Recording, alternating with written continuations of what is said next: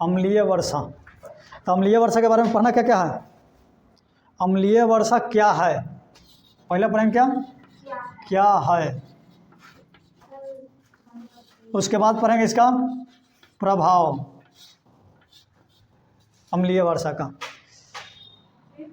बस दो ही चीज़, क्या है प्रभाव, फिर दैनिक जीवन में पीएच मान का महत्व, फिर दैनिक जीवन में पीएच का महत्व, ये पढ़ना है। बताओ अम्लीय वर्षा क्या है, अम्ल पढ़ी है ना। देखो जब वर्षा होता है ना, पानी पड़ के देखला है ना, तो जब वर्षा का जल जो होता है, वर्षा जल का पीएच मान 5.6 से कम, तो वह अम्लीय वर्षा कहलाता है। अम्लीय वर्षा क्या है, जब वर्षा जल का पीएच मान, फिर काम चले थे ना तो मुँह फुला दें तुर मार के हम। जब अम्लीय वर्षा वर्षा का जल का पीएच मान 5.6 से कम हो तो वह अम्लीय वर्षा होता है। अब इसका प्रभाव क्या पड़ेगा हमारे जीवन में अम्लीय वर्षा का। तो जब अम्लीय वर्षा को प्रभाव कब होगा, जब अम्लीय वर्षा का पानी नदी में प्रवाहित होगा। जब बारिश होगा तो नदी में पानी जाएगा, तब हाँ, तो नदी में प्रवाहित होगा तो नदी का पीएच मान क्या हो जाएगा बताओ। छोड़ दो, क्या भी बताएं कि जब अम्लीय वर्षा हो रहा है और उसका जल नदी में प्रवाहित होगा तो नदी का पीएच मान क्या होगा, पीएच मान भी कम जाएगा। माने नीचे लिख दिए थे कम हो रहा है, तो नदी का जैसे पीएच मान कम हुआ तो इसमें का जो जलीय जीव रहेगा, जलीय जीव, उसका जीवन क्या होगा, कठिन होगा, यानी उसको कहेंगे उत्तरजीविता कठिन होगा। ये पहला हो गया। दूसरा प्रभाव इसका क्या होगा, महत्व को अभी हटा दो। दूसरा प्रभाव क्या होगा बताओ, तो नहीं अम्लीय छाया पढ़िए ना, तो बताओ।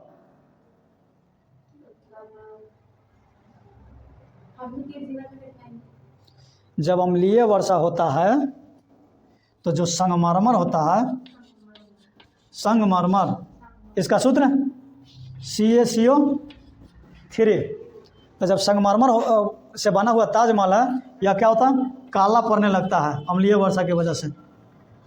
पूछेगा ऑब्जेक्टिव में कि संगमरमर काला क्यों पड़ने लगता है, तो अम्लीय वर्षा के कारण। तो काला पड़ने लगेगा, क्यों पड़ने लगेगा, क्योंकि कैल्शियम कार्बोनेट, संगमरमर ये कैसे हो गया, इसको लिखेंगे रासायनिक नाम तो कैल्शियम कार्बोनेट। कैल्शियम कार्बोनेट, जब कैल्शियम कार्बोनेट वर्षा के साथ, कैल्शियम कार्बोनेट जब वर्षा के साथ क्या होगा, उसकी उपस्थिति में मिलेगा अम्ल में, तो अम्ल क्या होता है, क्रिया कर लेगा। दूगो इसका प्रभाव, अम्लीय वर्षा क्या है, जब वर्षा जल का पीएच मान 5.6 से कम होगा, वर्षा जल अम्लीय वर्षा होगा। इसका प्रभाव क्या होगा, तो जब वर्षा जल यानी अम्लीय वर्षा जब नदी में प्रवाहित होती है तो नदी के जल का पीएच मान कम हो जाता है, जिसके कारण जलीय जीव की उत्तरजीविता क्या होता है, कठिन हो जाता है। उत्तरजीविता कठिन हो जाता है, हाँ, जीवन उसका। दूसरा प्रभाव क्या है, संगमरमर से बना हुआ ताजमहल अम्लीय वर्षा की वजह से क्या होता है, काला पड़ने लगता है। क्यों, क्योंकि जब कैल्शियम कार्बोनेट वर्षा के उपस्थिति में होता है तो अम्ल के साथ क्या करता है, क्रिया कर लेता है। अब क्रिया कर लेगा तो बना देगा गड़बड़। ये दूगो था। अब इसके बाद कौन सा पढ़ेंगे, दैनिक जीवन में पीएच मान का महत्व।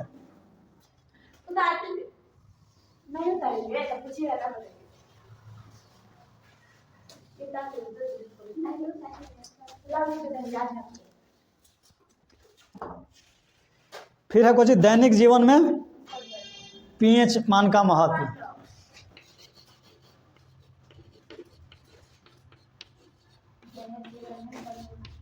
दैनिक जीवन में पीएच का महत्व नवतारण महत्व के गो है 1 2 3 4 5 गो बताते हैं 3 4 और 5। तो बताओ पहला क्या होगा अम्लीय से। हमारे जीवन में क्या है हमारा शरीर का पीएच मान यानी लिख देते हैं हमारा शरीर का पीएच परास लिख लो 7.0 से 7.4 के बीच में होता है। झाड़ू बाहर के शौक है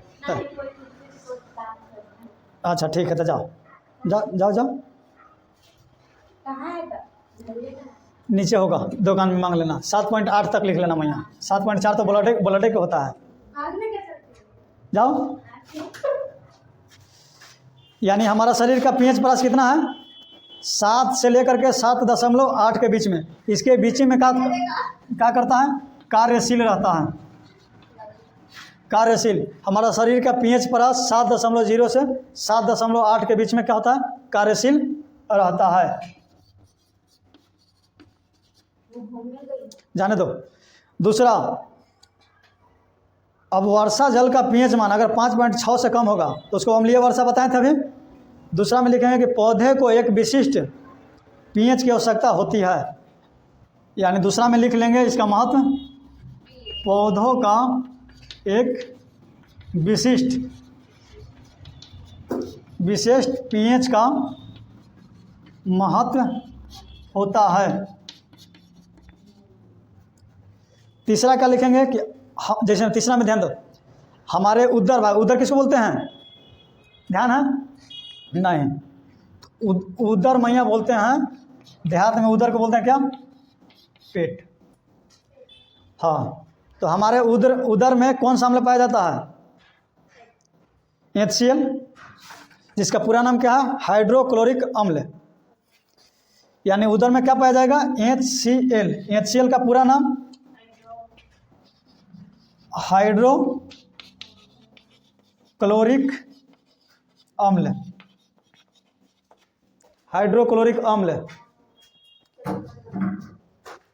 अब बताओ कि हमारे उदर में ये HCl जो उत्पन्न होता है यह हमारे उदर को क्या करता है नुकसान पहुंचाएगा। तो यह हमारे शरीर को नुकसान पहुंचाता नहीं है।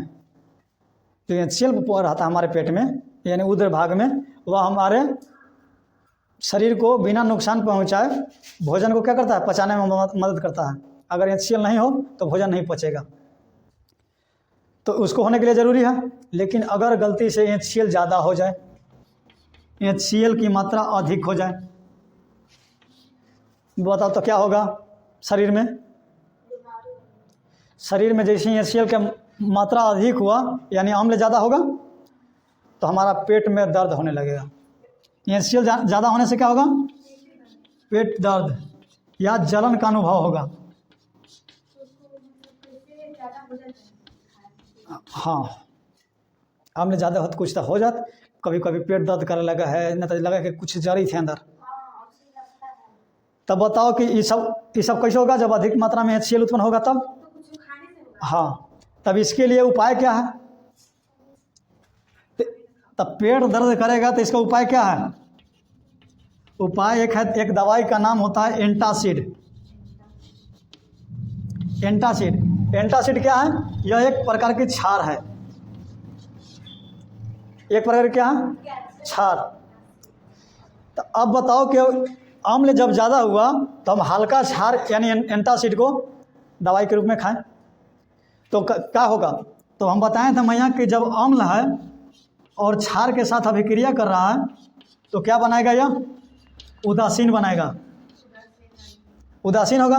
और उदासीन क्या होता है लवण बताएं थे उसके बाद भी बोलता है कि हमारा तो इंग्लिश है हाँ कैंसर लगता है कि हिंदी है। हाँ कैंसर इंग्लिश में भी कैंसर ही लिखता है सब कहीं। अब देखो चौथा में क्या था कि जब पेट हो गया पूरा शरीर जान लिए तो मुँहों के जानना मुँह के थोथुना नीमन से। तो देखो जब मुंह में तीसरा हो गया था चौथा, जब मुंह का पीएच मान 5.5 से क्या होगा, कम।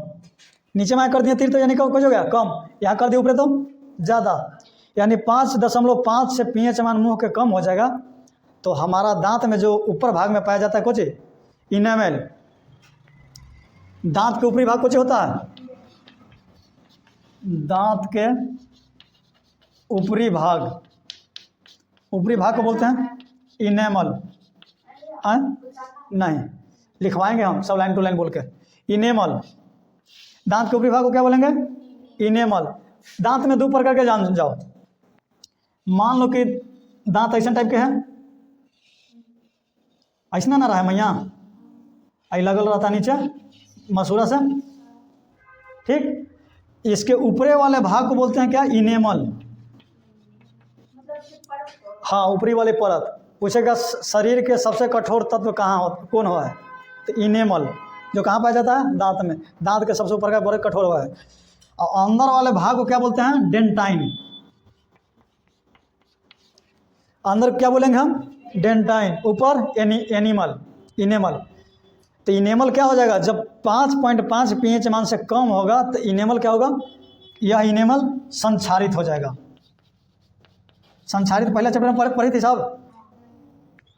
अब आते हैं पचमा क्या है, पाँचवा अब शरीर के बारे में पढ़ लिए। पाँचवा पढ़ते हैं मधुमक्खी।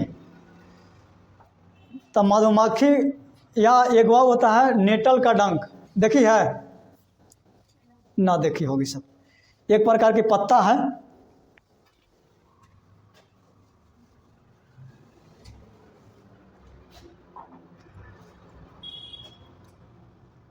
मधुमक्खी या तथा लिख दो नेटल के डंक। हाँ, नेटल के डंक। नेटल एक प्रकार का पत्ता है, कोई ऐसा पत्ता होता है जिससे हमारा क्या होता है, चुभता है, गड़ता तो लड़ता है, कांटा नियन।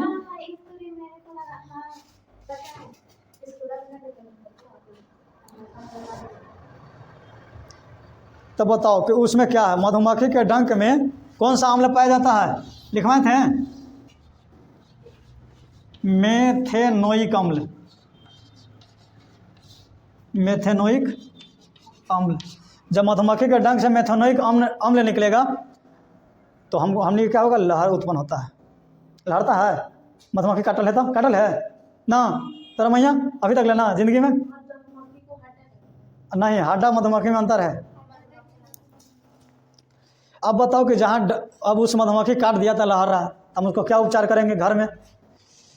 तो जहाँ काट दिया यानी जिस भाग में काट देगा अंग पर, वहाँ क्या करना है, बेकिंग सोडा का यूज करो। बेकिंग सोडा यानी बेकिंग सोडा क्या है, क्षार है। तो जब अम्ल को क्षार से अभिक्रिया करेंगे तो क्या बना रहा है, न्यूट्रल कर दे रहा है, उदासीन बना दे रहा। तो मेथेनोइक अम्ल को छोड़ दिया, हम उसको क्या लगेंगे, बेकिंग सोडा, जिसको एक और नाम कहते हैं खाने वाला सोडा।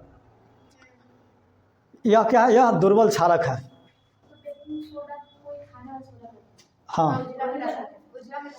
हाँ, तो उसी को वो क्या